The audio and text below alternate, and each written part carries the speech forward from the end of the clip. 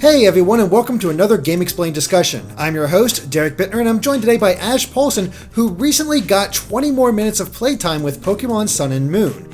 And since I gave him heck for not looking into it enough last time, he's back with a bunch of new details that we simply didn't know before. So while we're not going to get into anything too major, this is still just the first 20 minutes, be warned about this if you want to go into the game completely fresh. Alright, everybody good? Then tell us about your time with Sun, Ash. Because I assume you played Sun again. Yeah, it was Pokemon Sun specifically, and it's funny because I played a couple of hours before, but now I essentially started another new game and only got to play like for the first 20 minutes, maybe 30 minutes or so this time. So basically, I just kind of got a refresher on a bunch of stuff that I had already done a couple of weeks ago. So just to give you a brief overview, like any good Pokemon game, you start in your room, in your house. You just moved to the Alola Regency, your mom is still unpacking, and so she sends you to meet Professor Kukui, of course. But before you do that, you gotta pick up the adventure rulebook in your room. So it basically just, like basic gameplay rules like press X to do this and press, stuff like that. Yeah. So, all standard Pokemon stuff. Kukui meets you outside and he asks you to meet him at the first town that you're able to go to, which is called Iki Town, or Iki, I-K-I. Iki Town. And so once you get there, you're asked to look for the Big Kahuna, but you can't find him, so you end up looking for him on this at this place called the Mahalo Trail, which leads to another area called the Ruins of Conflict, which sounds kind of mysterious. But you don't make it all the way there. You actually end up having to rescue Lily's Pokemon, who I can't talk about, but basically what happens is you come to this suspension bridge, and a swarm of Spearow attack Lily's Pokemon, and essentially your trainer kind of covers Lily's Pokemon with his or her body. And the bridge breaks, and your trainer's falling, and it looks like things are going to go really badly, until Tapu Koko, the guardian deity, I think of that island specifically. Yes. I can't... Okay, cool. Yes. So Tapu Koko flies in and saves the day. It picks up your trainer, saves Lily's Pokemon, and everyone's safe. So Tapu Koko flies off, and I think there's some dialogue about how Tapu Koko doesn't usually appear, and how you must be special, and your trainer must be the chosen one. Yeah. if Tapu Koko would go out of its way to save your life. Well, the funny thing is, we've actually seen this scene in several of the trailers, because I noted how in one of the trailers there's this point where Tapu Koko flies down towards the camera, and I noted that there was a bunch of Spearow around that it knocks out of the way. So I'm guessing that's the same scene. Yeah, exactly the same scene. Mm-hmm. So, and do we know Tapu Koko's typing yet? Yeah, that's been confirmed. Oh, it has. Okay, then cool. Alright, so then, Tapu Koko saves your trainer, and this part I'm a little unclear on, I can't remember, but somehow your trainer comes into possession of this shining stone. I can't believe if Tapu Koko gets it to you, or if Lily gives it to you, but either way, in this scene you get this shiny stone. At which point you go back to Iki Town, you finally do meet the Big Kahuna, who actually then he asks for your stone and says something like, the fact that you have this stone and it's shining like that means that maybe you were meant to be at the Alola region like this. Maybe you're meant to do something big. Something kind of like that. Mm-hmm. Not exact word for word, but something like that. So it's at that point that you get to choose your starter. So the Big Kahuna, sorry, I can't remember his name. It's Hala. Hala, right, okay. So Hala gives you your choice between your starters. I picked Popplio again just because I love Popplio. And it's at that point, right after you pick Popplio, Hal comes in and challenges you to your first rival fight. Now, once again, I want to reconfirm that Hal does choose the starter that's weak to your own. So in my case, he chose Litten. Obviously, it's a super easy fight. But that's when your first fight with Hal happens. And then basically you go back home, you go to sleep, you show your mom your new Pokemon, in my case Popplio. The next morning, she basically bids you farewell. She's like, hey, go out on your big adventure. Popplio, take care of my son/daughter and go out into the big world. So Kukui actually meets you once again, and it's that point you go to Route 1 together. It is called Route 1. And this is the same route that you took already to get to Iki Town. You go back to Route 1, and Kukui gives you a demo on how to catch Pokemon. And this demo is all automated, so basically you're watching Professor Kukui with his Rockruff catch a Pikipek.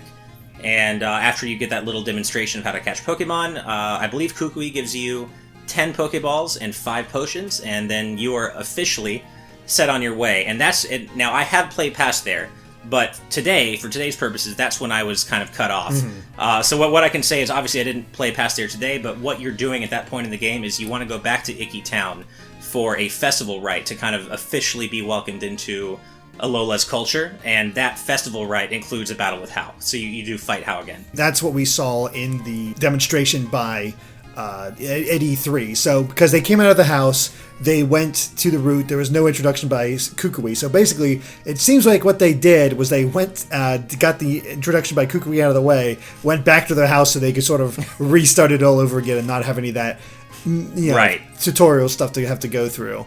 So that's all. That's pretty interesting in of itself. And boy, I told you I wanted details. You came back with details. My goodness. Well, I know, because you were like, we got some good notes, but this, hardcore Pokemon fans, you got to get this and that. And I'm like, oh man, okay, well, I got 30 minutes. I'm getting everything I can. So now, of course, bear in mind, not every single one of those details may be 100% accurate, but that's generally the order of events for the first 20, 30 minutes. Yeah, that makes sense. And, there's all that stuff that works out. And I'm pretty sure that shiny stone that you get is probably the Z crystal, or probably one of the Z crystals, or something like that. Something has to do with the Z ring at some point. I'd have to assume, but yeah, that's some pretty crazy story development in just the first 30 minutes. Well, I do want to clarify, I was obviously going straight from point A to point B. If you're going to go and talk to each NPC and kind of look around a bit, I could see this taking an hour, maybe a little more. But obviously for me, I was going straight from point A to point B, not exploring or anything. So I had the benefit of knowing what to do, so that kind of helped. Yeah, you got through it all. But still, just have that much story. Like, to have your character involved in such a big event right off the bat. Usually it's like, I'm trying to think of others, but it's just sort of like a kind of minor event where you encounter like a special Pokemon, or Gen 3, how they're getting attacked by the Pokemon or something. You have to help them out or something like that. This seems a lot more in depth. Well, yeah, I think I mentioned that in my initial discussion about my preview demo. It does kind of feel like it surprised me, at least, that your trainer is kind of put into mortal danger, more or less, within the first hour of the story, because usually it's nothing that dire is happening, or if it does, it's not until the very end of the game. But no, within the first hour of this one, your trainer's falling off a bridge and almost dying, so it seems like it's a little more action-packed. And actually, the Nintendo rep did specify to me that Pokemon Sun and Moon were intentionally designed to be a little more cinematic and story-driven than before, which is actually the first time I've heard that. That was not something I was told at my previous demo. So I can definitely see that. I don't feel like there are a lot of heavy-handed cutscenes. There's very little waiting around or anything. It's just, it definitely does feel like there's a bit more of an emphasis on stories and cutscenes that you watch, but it's not to the point where I was like, oh, I just want to play already. Yeah, they keep things moving, but there's a little bit more there, which is what we're definitely seeing with this. There's a whole, that's basically an Ash moment where he just protects the Pokemon and takes a high fall. So, yeah, which is pretty cool. I really like that scene because it kind of gives it gives you a sense that your trainer has kind of an inherent sense of right and wrong and just kind of wants to do the right thing, whereas oftentimes your trainer is truly a blank slate. And this time it kind of seems like your trainer at least will go out of their way to do the right thing. Mm-hmm. Yeah, I do enjoy that. So, yeah, it all sounds really interesting. I like the setup for this. I like, how you go from place to place. There's threads that are introduced, and it seems a little guided, but that's sort of, the par for the course for early Pokemon. Exactly, yeah. Mm-hmm. But the thing is, you also got a bunch of other notes here that you took from the demo itself, including Popplio's stats. And I'm looking over your notes here. As soon as you get it, it looks like it favors defense and special defense more than others. It's not by a high margin, but it's more of a defensive and special defense Pokemon. And the attack is right behind it, but its special attack and speed are its lower stats, or even. Again, these are not wide ranges, especially since it's, only level 5, but it seems to be focused on defense and special defense, with speed and special attack being its lowest, which is very interesting. Right, yeah, that's not necessarily what I expected. I was expecting maybe more of like a special attack advantage for Popplio. Speedy and special attack, that's what I was expecting. Yeah, but apparently not. It seems to be more of a defensive powerhouse than anything. Mm-hmm, which is very fascinating, honestly. Yeah. Yeah. And you also have here, right off the bat, and I think we saw this before, how it starts off with Pound, Water Gun, and Growl. And looking at these, the attack power did not change at all for any of these. We can't check the tackle ourselves since Popplio doesn't learn tackles, so oh well. Unfortunately, yeah. But go ahead and what else did you learn from this little quick event? Well, again, I can talk about a few location names, which at the beginning of the game are Iki Town, the first town you travel to, Route 1, which is, rather aptly the first route you go on, the Mahalo Trail, which leads to the Ruins of Conflict, and then the Ruins of Conflict itself. And it's along the Mahalo Trail where Tapu Koko comes and saves your trainer from falling off that bridge. Let's see, I was able to reconfirm that the D-pad definitely has no use for movement, so it might still be used for key item shortcuts later on, like in X and Y and Oras, but for now, the D-pad has absolutely no function, so you cannot move using the D-pad. The analog nub, or the new 3DS analog nub, and the specific buttons on the new 3DS they have no function. So ZL and ZR don't do anything, and the analog nub also doesn't do anything, and they're not planned to do anything. So the game should run identically on both the new 3DS and original models. And then I want to reconfirm something with a bit of a change that I talked about before, and that is about the running from the beginning. So there are no more running shoes, so you do actually start with the ability to run around from the very beginning, but you do still have to hold B to run. I had previously said that running is the default speed, and I was wrong about that. So you still walk around just when you move, when you press the analog stick, you're still just walking around at a regular walk speed. But then, as usual, you hold B and then you can run. The only difference is you don't need to get running shoes first. Apparently, it just felt to you that the new walking speed was already pretty fast. Yeah, it felt a little faster than before, but you're still going to want to run most of the time. Like, it's not going to be where where you're like, oh, walking is fast enough. You're still going to want to hold B most of the time like you normally would. Yeah, which makes sense. That's kind of built into me anymore. If years of playing RPGs, not even just Pokemon, just RPGs in general, hold down a button to run. Right. I did mention this before, but I reconfirmed that creeping and stalking, or whatever you do in X and Y and Oras, so you can creep up on Pokemon, you can't do that anymore. That has been completely taken out, although you can walk a little more slowly if you want. And then the Nintendo rep kind of indirectly seemed to confirm that there would be no new Mega Evolutions. I don't want to say it's a full confirmation, but for sure Z moves are the focus this time, so Z moves are what they want people to be paying attention to. Mega Evolutions are in, obviously, but he kind of made it sound like there were going to be no new Mega Evolutions, but I don't know for sure. That's kind of what it felt like to me. I mean, I feel like if they were going to introduce Mega Evolutions are returning, they'd show new ones off, so it's not that big of a surprise that there aren't any new ones that are popping in.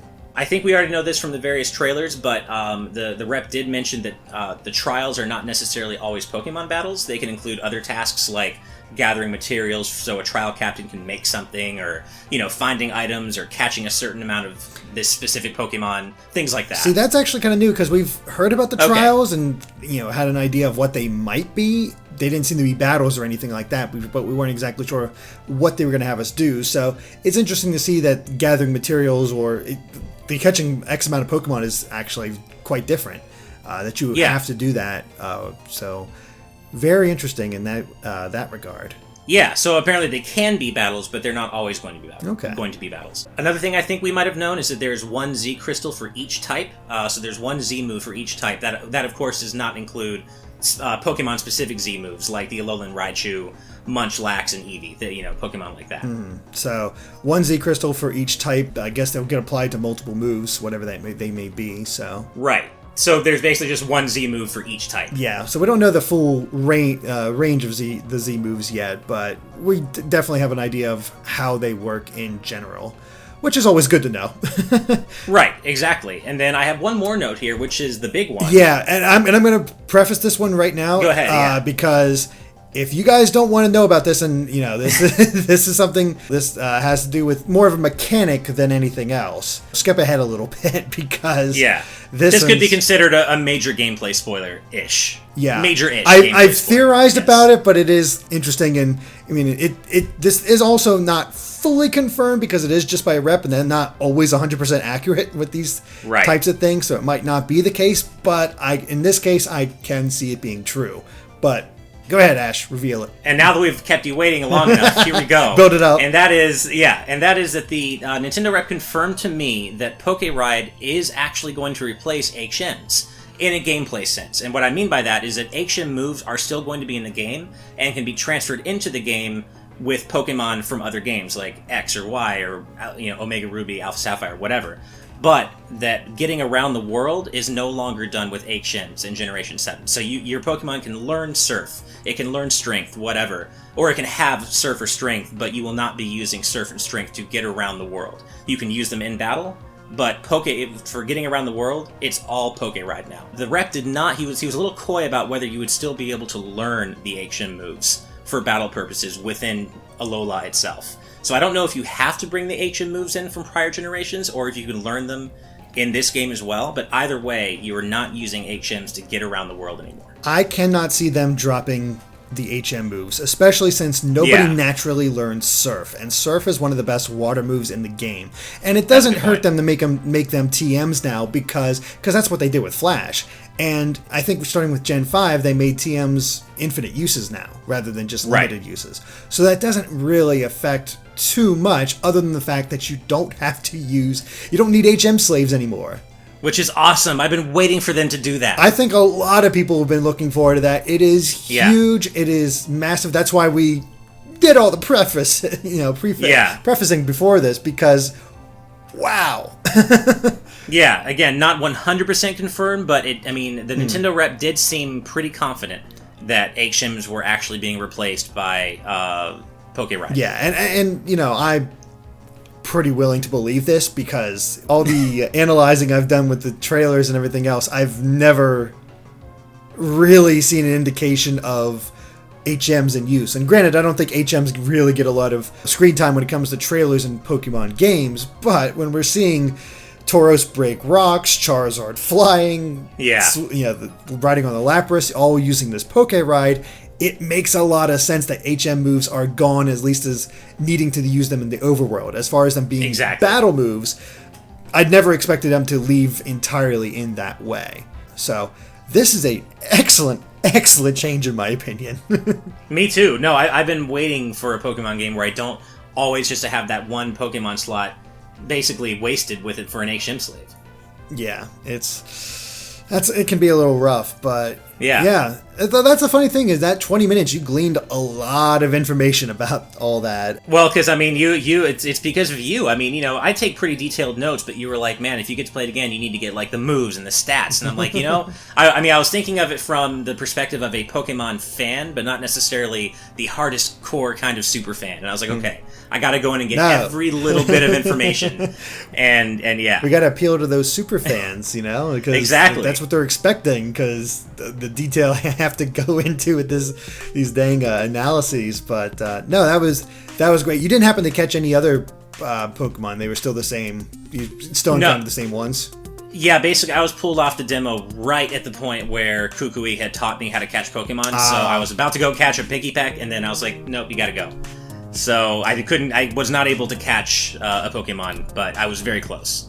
And I caught several, obviously in my original demo appointment a couple of weeks ago. Yeah. And then really the last thing I'd like to touch on is just how much better, I'd like to kind of retouch on how much better just moving around feels. The fact that it isn't a grid-based map anymore, it just makes moving around the world feel so natural and feel so much looser and just a lot more fun. Like, I'm so glad. I can't tell you how much the switch away from a grid-based system helps. It really does. Yeah. So generally, despite playing the same thing over again, generally still positive about the game? Totally. I'm still really excited to play it when it comes out next month. And again, the part of it that I'm most excited about is Alola itself. Like, just again, running around Route 1 and looking at the environments and just the world around you. Looks like it's really going to be a fun region to explore. A lot more verticality, like I said before. There's a lot more up and down. It just looks like it looks like its own living, breathing character this time around. It doesn't seem like just a region, but a world that you interact with. And I'm really excited about that aspect of Sun and Moon. Yeah, that's awesome. I'm definitely looking forward to trying out the demo when that comes out very soon. Hopefully, sooner than later. But tomorrow sometime. But I know I feel so bad that you're the only one of us that hasn't gotten to play this game yet. So at least hopefully you have a European 3DS, so you'll be able to download it as soon as. Well, I have a feeling, based on the fact that it has not come out yet in any region, that it's going to be a simultaneous release. Yeah, it could be. Yeah, it could be. So everybody's going to have it all at once. But yep. Looking forward to trying it myself, but that's going to be quite a bit different from what you've played, so Yeah. That's always interesting. But alright, I think that covers it for our Sun and Moon discussion and sort of giving a few more details that you guys might be interested in. So thank you for watching, and if you like this video, be sure to like us on Facebook and Twitter at GameXplain. And of course, stay tuned to GameXplain for more on Pokemon and other things gaming too. Until next time, bye.